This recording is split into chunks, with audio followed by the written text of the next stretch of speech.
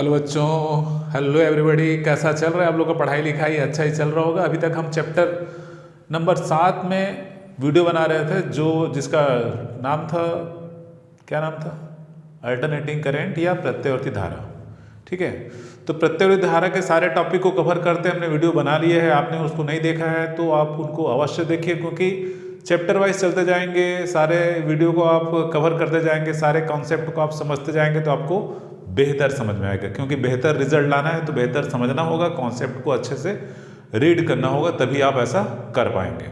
ठीक है, तो आज हम शुरू करेंगे चैप्टर नंबर 8, विद्युत चुंबकीय तरंगे या इलेक्ट्रोमैग्नेटिक वेव्स, है ना। तो तरंग के बारे में सभी जानते हैं, बहुत प्रकार की तरंग होती हैं। जैसे ध्वनि तरंग आप जानते हैं, मैं बोल रहा हूँ आप लोग सुन रहे हैं, ये ध्वनि तरंग है। जल की सतह पर उत्पन्न तरंग, रस्सी के एक सिरे को बांधकर दूसरे सिरे को हिलाने से उसमें उत्पन्न तरंग, इसके अलावा और भी ड्रम को बजाने से उत्पन्न तरंग। तो बहुत सारी तरंगों के बारे में आप जानते हैं। तो ये तरंगे क्या होती है? यांत्रिक तरंगे होती है। यांत्रिक तरंगे इसलिए कही जाती है क्योंकि इनके संचरण के लिए माध्यम की आवश्यकता होती है। ध्वनि तरंग के संचरण के लिए माध्यम की आवश्यकता होती है। यदि मैं बोल रहा हूँ और आप सुन रहे हैं, उसके पीछे कारण है कि हमारे बीच में एक माध्यम वायु है, तो वायु के कणों के द्वारा ये ऊर्जा आपके कान तक पहुंचती है, तब आप सुन पाते हैं। जल की सतह पर उत्पन्न तरंग, तो वहां पर माध्यम क्या हो गया? जल हो गया। या रस्सी में उत्पन्न तरंग, तो वहां पर माध्यम क्या हो गया? रस्सी हो गया। तो ये यांत्रिक तरंगे होती हैं। यांत्रिक तरंग के संचरण के लिए माध्यम की आवश्यकता नहीं होती है, माध्यम की आवश्यकता होती है, सॉरी, है ना। यांत्रिक तरंगे वे तरंगे होती है जिसके संचरण के लिए माध्यम की आवश्यकता होती है। बिना माध्यम के ये गति नहीं कर सकता है, तो इस चीज को ध्यान रखना। इस चैप्टर में हम एक नई प्रकार की तरंग को अध्ययन करेंगे। ये होगा विद्युत चुंबकीय तरंग। विद्युत चुंबकीय तरंग जो विद्युत क्षेत्र और चुंबकीय क्षेत्र दोनों के घटक से बना होगा, दोनों का गुण उसमें होगा। तो विद्युत चुंबकीय तरंग जिसके संचरण के लिए माध्यम की आवश्यकता नहीं होती है, निर्वात में भी ये गमन कर सकता है, बिना माध्यम के भी ये जा सकता है। इसका कॉन्सेप्ट मैक्सवेल ने दिया था, है ना। विद्युत चुंबकीय तरंगों का कॉन्सेप्ट मैक्सवेल ने दिया था। तो इस चैप्टर में पूरा हम विद्युत चुंबकीय तरंग क्या होता है, इसकी ये उत्पत्ति कैसे होती है, कैसे उत्पन्न होता है, इसके गुण क्या होते हैं, इसके स्पेक्ट्रम क्या क्या हैं, ये सब का पूरा डिटेल अध्ययन इस चैप्टर में हम करेंगे। आप इस चैप्टर के सारे वीडियो को जरूर देखें, क्योंकि आपको अच्छा रिजल्ट लाना है। तो आज का इस चैप्टर के अंतर्गत टॉपिक हमारा है विस्थापन धारा, और विस्थापन धारा से रिलेटेड मैक्सवेल के जो समीकरण है उनको हम देखेंगे। विस्थापन धारा को समझने से पहले यहां पर देखते हैं एम्पियर का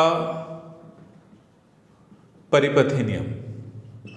एम्पियर के परिपथी नियम में क्या आता है? Integration B dot D L equal to mu 0 I, है ना। एम्पियर के परिपथी नियम का गणितीय रूप ये है। तो ये क्या कहता है, इसका स्टेटमेंट क्या है कि किसी बंद वक्र के चारों ओर चुंबकीय क्षेत्र का रेखीय समाकलन उस बंद वक्र से घिरी कुल धारा का म्यू 0 गुना होता है ना। वायु या निर्वात की क्या है? निरपेक्ष विद्युत स्थिरता, है ना। एक बार और मैं रिपीट कर देता हूं इसको शब्दों में, हालांकि आप पढ़ चुके हैं, इसको आपको याद भी होगा। तो एम्पियर का परिपथी नियम क्या कहता है कि चुंबकीय क्षेत्र का किसी बंद वक्र के चारों ओर रेखीय समाकलन उस बंद वक्र से घिरी हुई कुल धारा का म्यू 0 गुना होता है, मतलब आई का म्यू 0। आई क्या है? किसी बंद वक्र से घिरी हुई कुल धारा। ठीक है, अब यहां पर क्या करते हैं, जब इस नियम का उपयोग, है ना, जब इस नियम का उपयोग हम किसी संधारित्र युक्त परिपथ में करते हैं तो थोड़ी सी असुविधा यहां पर होती है ना। जैसे किसी परिपथ में एक संधारित्र लगा हुआ है, इसके दो प्लेट P और Q है, तो इसको हम स्टडी करते हैं तो क्या असंगत बात यहां पर आती है उसको देखते हैं, है ना। क्या है, यहां पर परिपथ में एक संधारित्र है जिसकी दो प्लेट P और क्या है? Q है। जब इसको, इस स्विच को या इस कुंजी को ऑन करते हैं, स्विच को ऑन करते हैं, इसमें धारा बहती है और संधारित्र है वो आवेशित होने लगता है और इसके प्लेटों पर आवेश मान लो इस पर धन आवेश, इस पर ऋण आवेश आता है। अब क्या करते हैं, इसमें दो वक्र या दो लूप की बात की गई है, S1 व S2 दो लूप, लूप मतलब बंद वक्र है, ठीक है। धारा मान लो किसी क्षण t पर धारा I या IT लिया गया है, t समय पर धारा I, ठीक है। तो किसी क्षण t पर धारा मान लो I हो जो इस परिपथ में बह रही है, तो यहां पर लूप S1 पर एम्पियर के परिपथी नियम से क्या हो जाएगा, चुंबकीय क्षेत्र का रेखीय समाकलन, क्योंकि इसमें धारा बहती है तो चुंबकीय क्षेत्र उत्पन्न होता है, B dot D L equal to mu 0 I और टाइम t पर तो IT। अब लूप S2 पर एम्पियर के परिपथी नियम से क्या लिखेंगे, क्या लिखेंगे आप समझ गए होंगे, integration B dot D L equal to 0, integration B dot D L equal to 0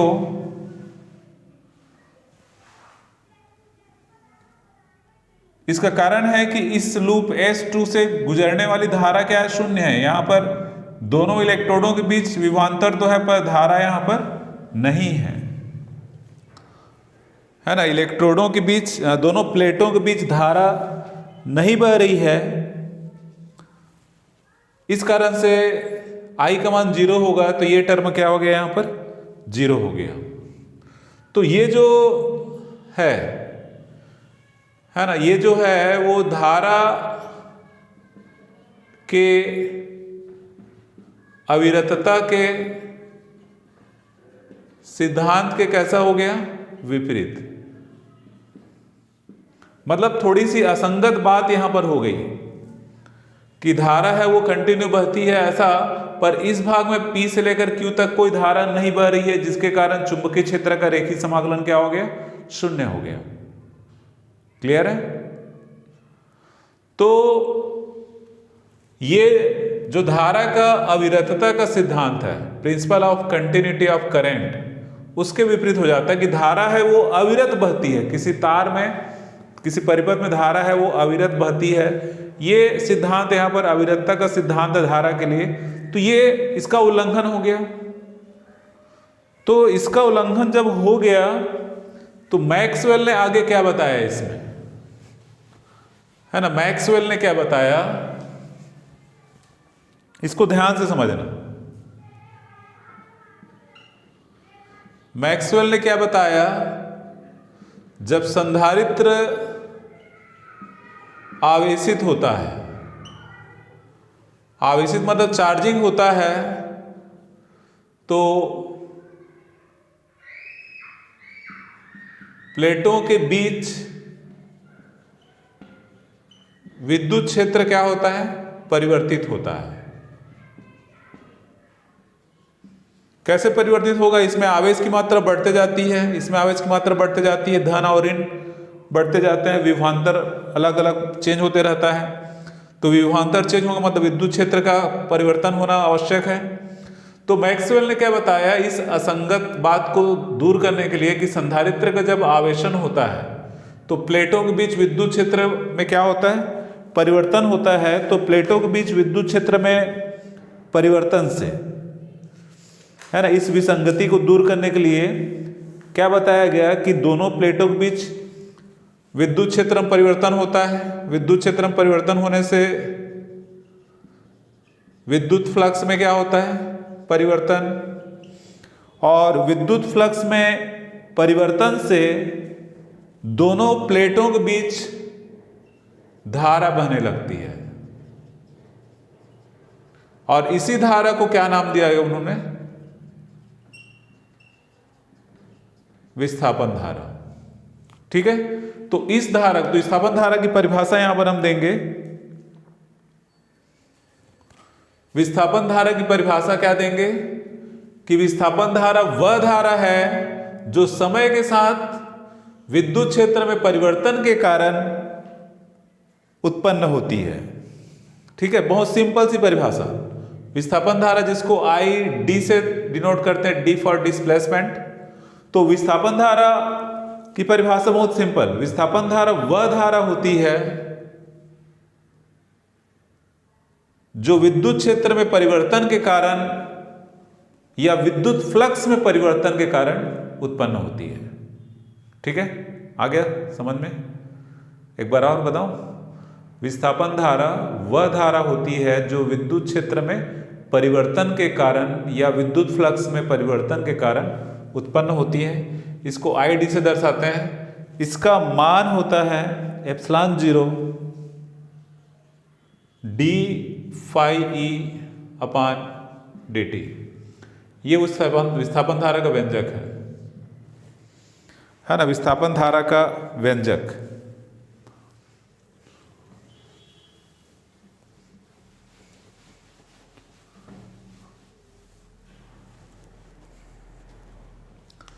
इसको प्रूव भी करते हैं, है ना। इसको प्रूफ करने के लिए यहां पर संधारित्र के प्लेट्स का क्षेत्रफल A, आवेश मान लो संधारित्र की प्लेटों पर Q है, तो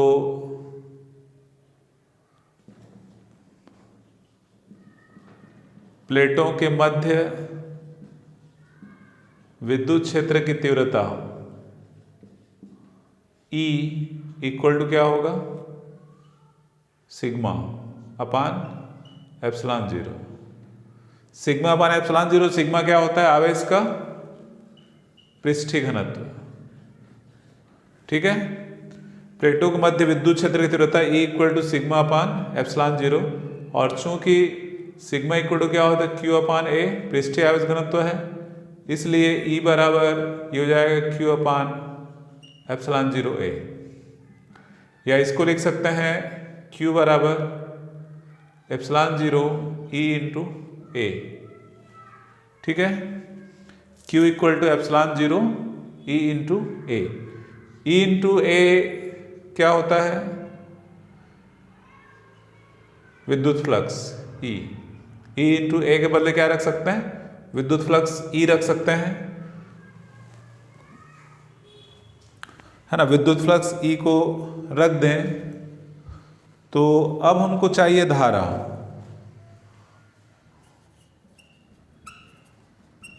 आई डी, धारा कैसे निकालते हैं, आवेश से डी क्यू अपान डी टी वाले फार्मूले से, है ना। डी क्यू अपान डी टी, आवेश में परिवर्तन की दर को क्या कहते हैं, धारा कहते हैं। तो ये आई डी बराबर हो जाएगा d upon D t epsilon 0 phi E. इसको और सिंप्लीफाई कर दें थोड़ा सा, तो epsilon 0 d upon D t phi E. तो ये विस्थापन धारा का व्यंजक इस प्रकार निकलता है, बहुत सिंपल तरीके से। तो इस प्रकार बाद में क्या किया गया, जो शुरू में हम एम्पियर का नियम देखे थे तो वो उससे असंगत हो जा रहा था, तो अब एक साथ एम्पियर और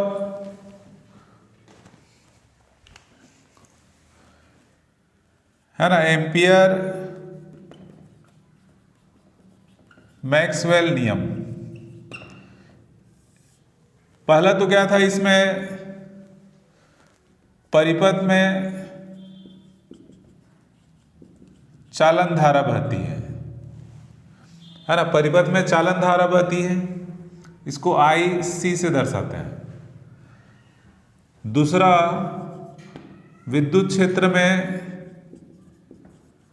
परिवर्तन के कारण कौन सी धारा, विस्थापन धारा बहती है।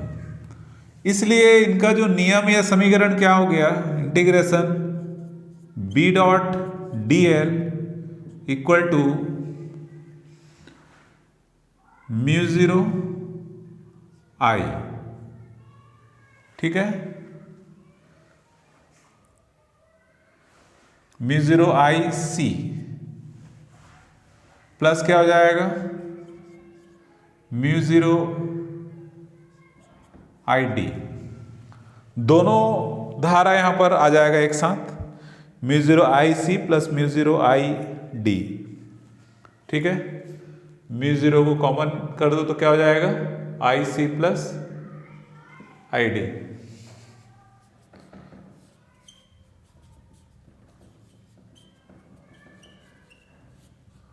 आई सी, इसका मान आप रख दो वहां से, epsilon zero d phi E upon D t, है ना। Integration B dot D L equal to mu zero I C plus epsilon zero d phi upon D t. इसको एम्पियर और मैक्सवेल ने बाद में संशोधन करके इस प्रकार प्रस्तुत किया, तो इसको हम एम्पियर मैक्सवेल समीकरण या एम्पियर मैक्सवेल का नियम कहते हैं। अब हमारे पास दो समीकरण है, दोनों की बात करते हैं। दो समीकरण है ना, इसमें विस्थापन धारा का निष्कर्ष, इसको समझ लो थोड़ा सा। फैराडे के विद्युत चुंबकीय प्रेरण नियम से क्या होता है, minus D phi E upon D T, और ये ई डी फाई बी, ठीक है। मतलब प्रेरित विद्युत वाहक बल equal to minus D phi B upon D T. और दूसरा जो देखे हैं एम्पियर मैक्सवेल से, integration B dot D L equal to mu zero I C plus क्या हो जाएगा, epsilon zero d phi E upon D t.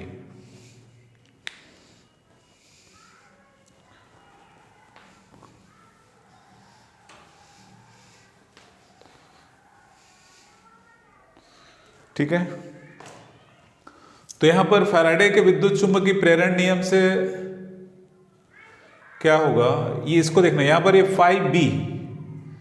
Phi B मतलब चुंबकीय फ्लक्स है, और डी अपान डी टी क्या दर्शा रहा है, चुंबकीय फ्लक्स में परिवर्तन। मतलब समय के साथ चुंबकीय क्षेत्र में परिवर्तन होने से विद्युत वाहक बल उत्पन्न हो रहा है, मतलब विद्युत क्षेत्र उत्पन्न हो रहा है, ठीक है। और यहां पर क्या है, डी फाई ई क्या है, विद्युत फ्लक्स, और डी अपान डी टी मतलब विद्युत फ्लक्स में परिवर्तन, अर्थात विद्युत क्षेत्र में परिवर्तन से हमको क्या मिल रहा है, चुंबकीय क्षेत्र। तो यहां पर चुंबकीय क्षेत्र से विद्युत क्षेत्र से क्या उत्पन्न हो रहा है, विद्युत क्षेत्र, और यहां पर चुंबकीय क्षेत्र से क्या उत्पन्न हो रहा है, विद्युत क्षेत्र। तो ये दोनों समीकरण एक दूसरे के विपरीत क्षेत्र को उत्पन्न करते हैं। तो यहां से क्या निष्कर्ष निकला, मतलब समय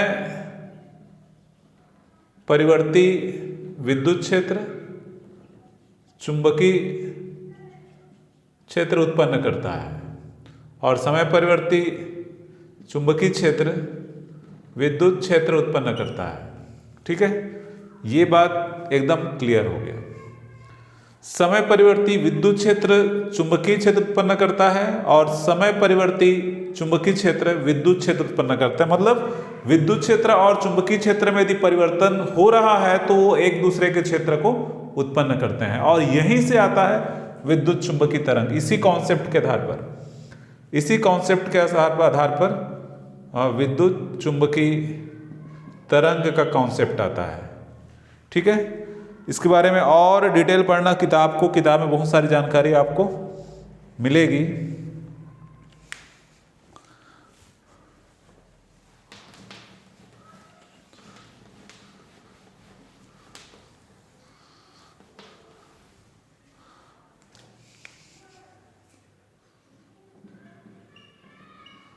मैक्सवेल के समीकरण। मैक्सवेल के यहाँ पर 4 समीकरण हैं।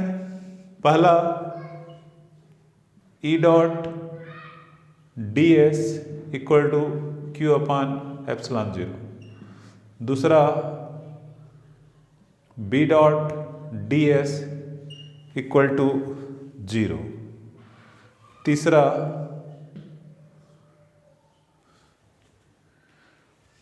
E dot D L equal to minus D phi upon D T. और चौथा B dot D L equal to mu 0 I C plus epsilon 0 D phi E upon D T. ये 4 समीकरण हैं। पहला समीकरण तो किसी बंद पृष्ठ के लिए विद्युत क्षेत्र का पृष्ठीय समाकलन है। ये क्यू अपान एप्सिलॉन 0 मतलब आवेश का 1 अपान एप्सिलॉन 0 गुना हो रहा है। ये गॉस प्रमेय जो आप पहले चैप्टर में पढ़े हैं, ठीक है।